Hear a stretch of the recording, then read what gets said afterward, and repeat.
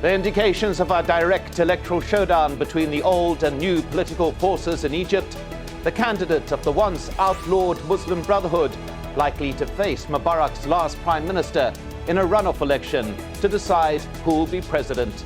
This is Inside Story.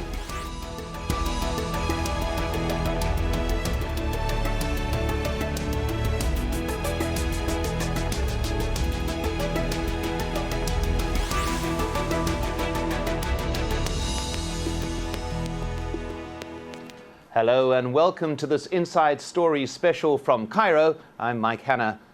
It was their first free presidential election in history, and Egyptians were keen to have their voices heard. Almost 50% of those eligible to vote are said to have taken part. So, who have the majority voted for? Well, the Muslim Brotherhood claims their candidate, Mohamed Morsi, once described as the spare tire, is leading the first round. Among his main rivals are Ahmed Shafiq, a former Air Force general who briefly served as Mubarak's last prime minister. Presenting himself as a strong opponent of the rising religious role in politics, he's popularly believed to be the favored candidate of the ruling military. Still not out of the race are secular socialist Hamdeen Sabahi, an early campaign frontrunner Abdul Menem Abdul Futuh, but each apparently have been attracting the votes of the other. With no candidate likely to get an absolute majority in the first round, there's likely to be a runoff election in June. Is the battle between the Egyptian old guard and those who fought it for decades still continuing? And what has happened to a revolution that promised to strip away all remnants of what was regarded as the oppressive Mubarak regime? And to what extent do these preliminary results reveal a country bitterly divided? Well, to discuss all these questions, I'm joined by our three guests here in Cairo. Amira Hawedi, assistant editor of Al Haram Weekly, that's an Egyptian English language newspaper. Ahmed Al-Nasher, a political activist and a member of a number of revolutionary groups. And Omar Ashur, director of the Middle East program at the University of Exeter. Welcome to you all. Thank you. Let's begin first with you, Amira. These results that we've received so far do indicate a trend of polarization, it would appear. The major forces in Egyptian society coming up against each other. Do you see this trend as reflected in what we've seen?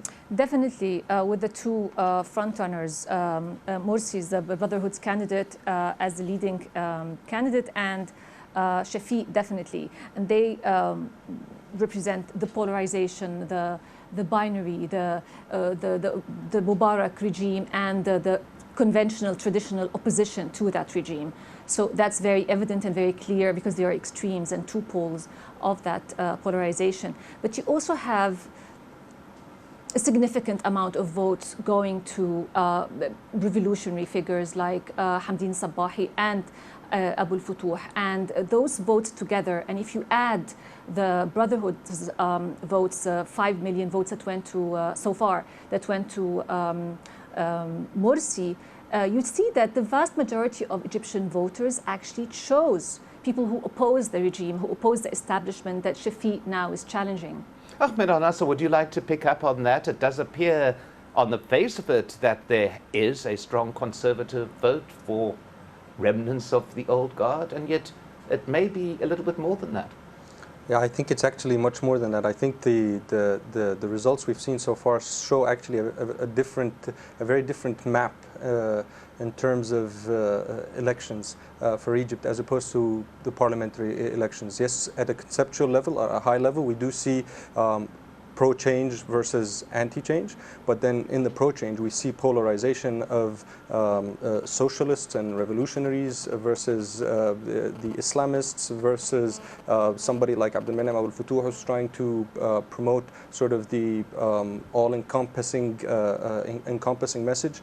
And we're seeing areas like Alexandria and Kafr al-Sheikh traditionally seen as Islamists actually voting for Hamdin Sabbahi, a socialist. And when you look deeper at some of the facts behind this, understanding that in Alexandria and Kafr Sheikh, these are actually industrial areas, heavy concentration of labor, and therefore a strong tendency to look at somebody like Hamdin Sabbahi, then you start seeing that a lot of the plans drawn by the different campaigns need to sort of be revisited. The Shafiq or the pro or the anti-change campaign, I think it was just the same. I don't believe there was a real surprise there.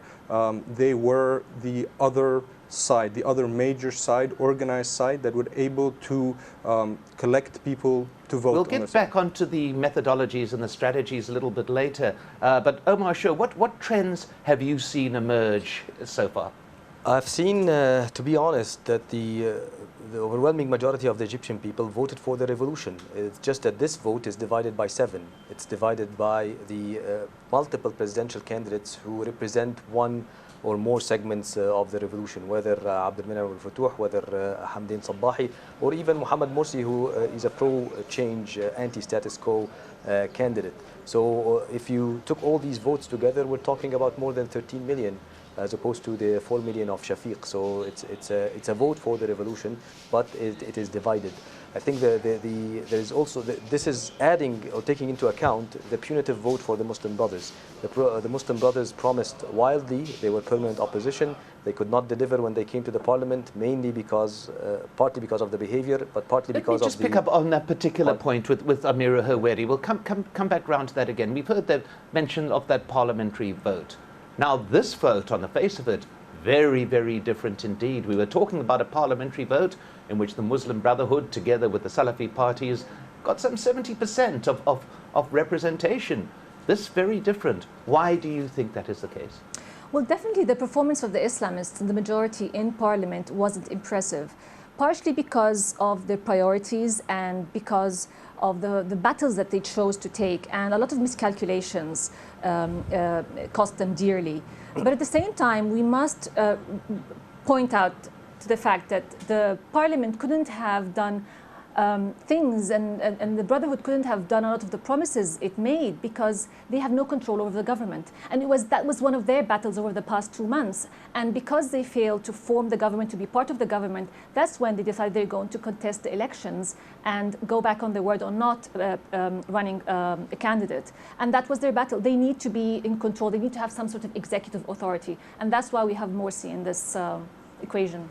I think the punishment even is not beyond the assembly. It's the punishment to the Muslim Brotherhood. You're referring to. The punishment to the Muslim Brotherhood is not just simply their performance in parliament. It's the way they've been actually dealing with the other factions in society, including Islamists such as the Salafis. So part of why the Salafis have sort of decided to go against the Muslim Brotherhood is the feeling that this is a group that is also in the end trying to dominate through the approach that they've used. And I think the results of this election give a very strong warning to the Muslim Brotherhood that yes, the map can change, the powers can change, the alignment of those you saw as allies one day can definitely change. So not only performance, even the approach of dealing with other factions in society.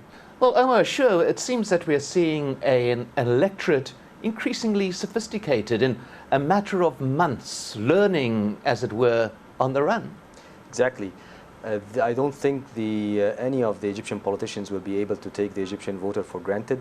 I think large segments of the voters went to non-Muslim Brothers candidates because of the punitive vote. They were punishing the Muslim Brothers for not delivering on their promises.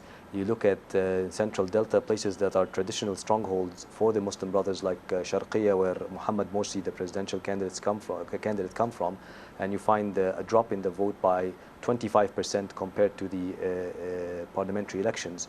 They lost 48% compared to the parliamentary elections in Gharbiya, in Daqahliya, and all these areas are traditional strongholds. But also, if you looked at the Salafi voters, who were many of them sided with the Muslim Brothers, but apparently many and the organized ones sided with Abu Futuh.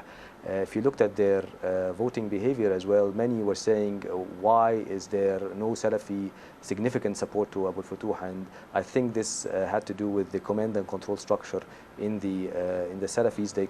Whereas many of the leadership supported Abu Futuh, probably a lot of the grassroots and the mid-rank did not support him because of his statements. So again, a voter that is sophisticated and think for himself without taking orders from a leadership or from a particular organizational structure. Well, we continue talking about that, but let's just move beyond the studio for a moment. And on the streets of Cairo, many Egyptians are eager to see the promises of their revolution fulfilled. And this is what some of them had to say. The results will not be in Shafiq's favor, even if the military council tries to impose Ahmed Shafiq. Then the revolution will start all over again. And if they announce that Ahmed Shafiq is the president of Egypt, Tahrir Square will erupt once again. I think that whoever takes over as a president, there will not be any problems. And the country, God willing, will stand on its own 2 feet again. And I think that as soon as a president takes over, God willing, there will not be any problems or any revolution or anything like that. Because from now on, there will be the rule of law and the country will be put in order. And it will be better than during Mubarak's era, because he forced the people to live without freedom. Well, Amira Haweri, to continue that point of discussion there, about an electorate learning, about tactics suddenly emerging within a voting process. Did some of the candidates and some of the movements get their tactics wrong in this particular presidential election? Definitely Abu Futuh, who was preaching national consensus and who invited Egyptians to end the polarization, his tactics obviously didn't work. An alliance with the Salafis did not help him get votes. His moderate rhetoric was viewed with suspicion from a lot of the electorate.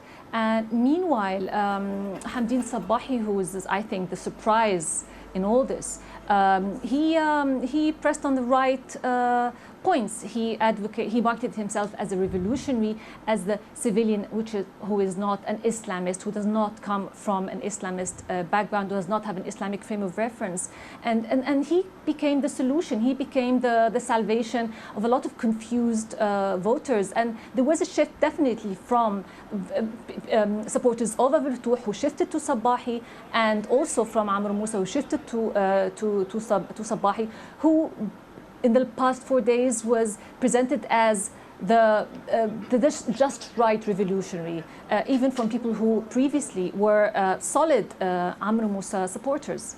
So I think the past 4 days were very, very important in all the shifts and all the tactics. And a lot of people were talking, actually, this is interesting, a lot of in social media and on the street, should we do tactical voting? I mean, the term itself, we never heard that before in Egypt. And it's actually quite good that it came out and people are talking about it and discussing it. Ahmad Al-Nasha, would you want to pick up on that? The fact that this is now a point of discussion among people who actually watched votes being counted on television, which is in itself unprecedented. I think the biggest surprise would probably have come to the Muslim Brotherhood, who I believe approached the elections in a very similar fashion as they did before, undermined the changes that have actually been going on through the different campaigns. When you look at how they got people into stadiums and collected people on the tours made by Mohammed Morsi, again, very similar approach to what happened before, not realizing that the people are getting smarter, the people are starting to think to themselves, they are starting to notice practices in parliament, practices in politics, which is why when Abdel Menam Abu Futuh came in with a different message, Hamdin Sabahi started rising in power, a lot of votes started. I mean, there were people inside the Muslim Brotherhood that left the vote for the Brotherhood to Abdel Menam Abu Futuh. So again, I think moving on into the second round of elections, they will really need to revise their tactics and their approach. As Omar was saying, huge punitive action was taken against them, just even because of their approach in the campaign itself.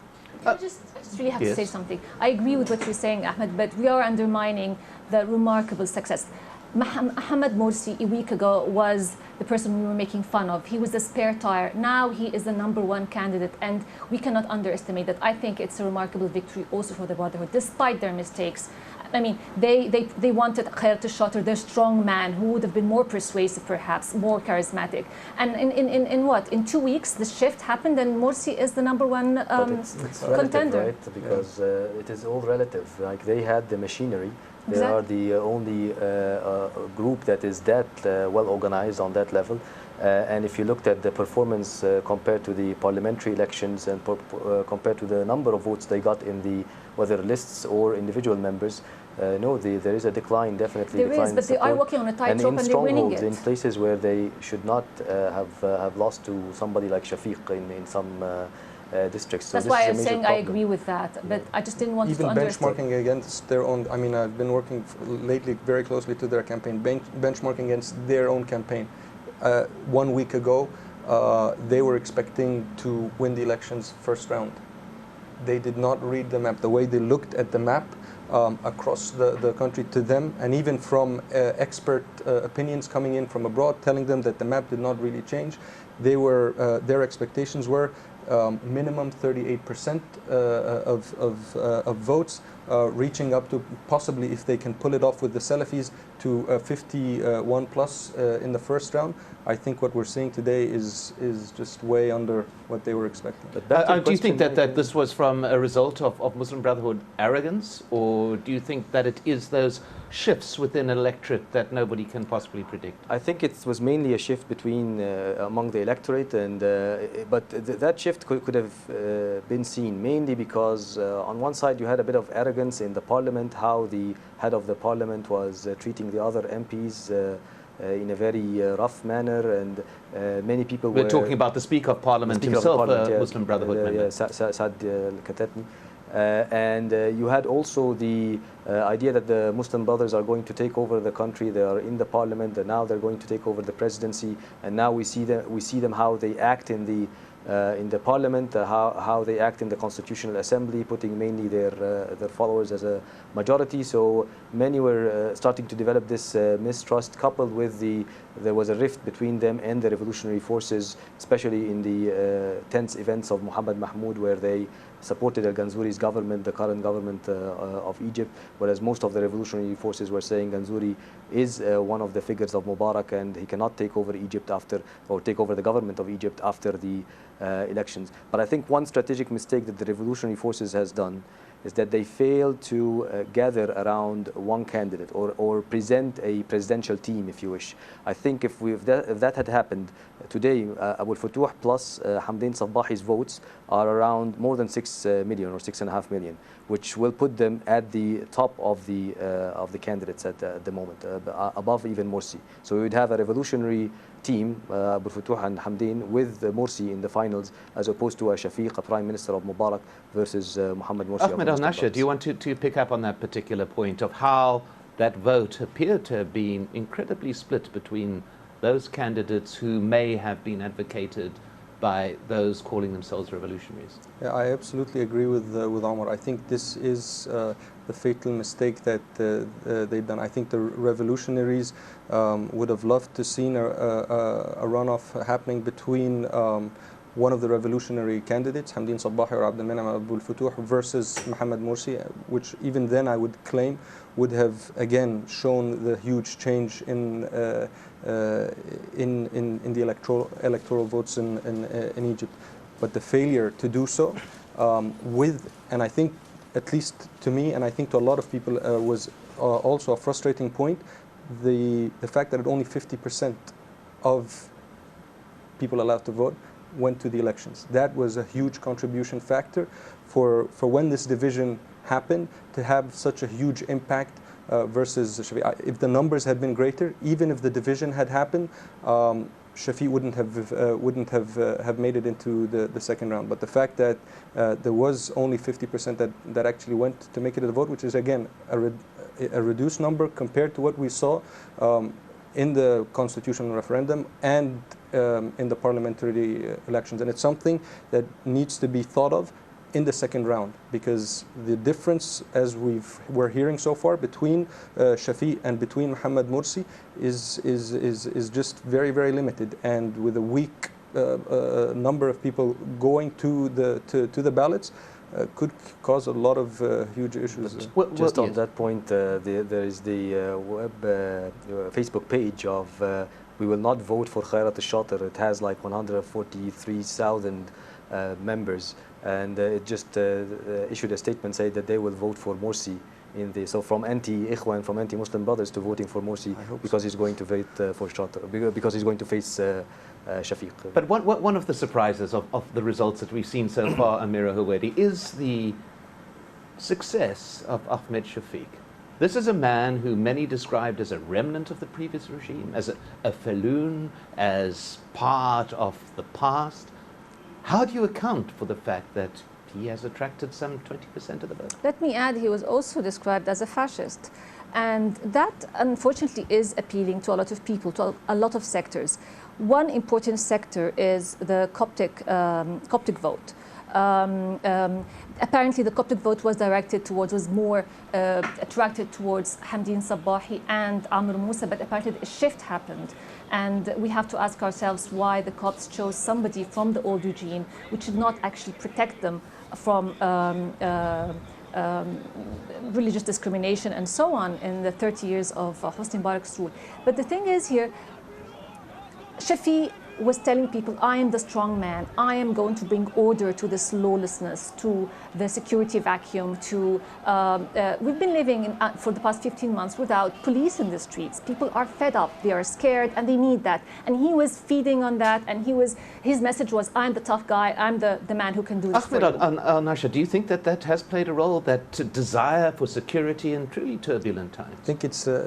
I think yes, but to a limited extent. What we've seen, Shafiq, is the NDP organization. Is that this is what it is, and it's what people have undermined. A lot of people thought, because of the way he talked, the messages he communicated in the talk shows, that people would refuse him, but they forgot that the NDP is the other sort of strong, powerful organization in the country that is able to collect now the votes. NDP, just to remind everybody, is the party of Hosni Mubarak himself. Exactly, but again, it's built around interests, it's built around tribal relationships, personal relationships, family relationships, a very strong presence that can't be undermined, but again, a lot of people undermined it, and I think what we've seen today is just that. Omar Shur, do you see this as the rise again of the NDP? I agree with Mira and Ahmed. I mean, basically what we're seeing here is the deep state vote, if you wish, coupled with a large segment of the Coptic vote, coupled with the result of this myth that was sold, that Shafiq is going to get back the security on track. It's like when you talk to people on the street, we tell you he's a strong man, he's a military man, and he's going to bring us back security. It's as if like the Supreme Council of the Armed Forces graduated from, I don't know, tourism faculty or something, as if they're not military men or they're not strong men, and the security on the street is not in a perfect shape. So I think the combination of this led to the rise of Ahmed Shafiq. Coupled, we until now there's a big question mark on what's happening, for example, in a place like Gharbiya, where he outvoted the Muslim Brothers with 200,000 votes, which for me this is really perplexing. Like these three elements would not bring him 200,000 votes. So we may see some irregularities happening, and we'll see that in the investigation and in the appeals. Finally, Ahmed Al-Nasha, do you think that this result that we've seen to date is fulfilling the promise of the revolution, or is it undercutting the promise of that revolution? I think it is fulfilling the promise of the revolution. For the first time in the history of Egypt, We are seeing presidential elections with almost 5 candidates, votes very, very close, coming from all the different extremes and spectrums, and that's just unprecedented in the history of Egypt. Whether we like where it's going, who's in first place or who's in second place, fact is, this is a democratic process that we have been looking forward to. Well, a reminder that the final and official results will only be out in the next few days. We've been talking about what the trends are emerging in these preliminary results. But my thanks to my guests here in Cairo, Amira Haweri, Ahmed Al-Nasha, and Omar Ashur. And thank you very much for watching this edition of Inside Story. If you have any ideas or suggestions, please email them to us at insidestory@aljazeera.net. I'm Mike Hanna. Goodbye for now.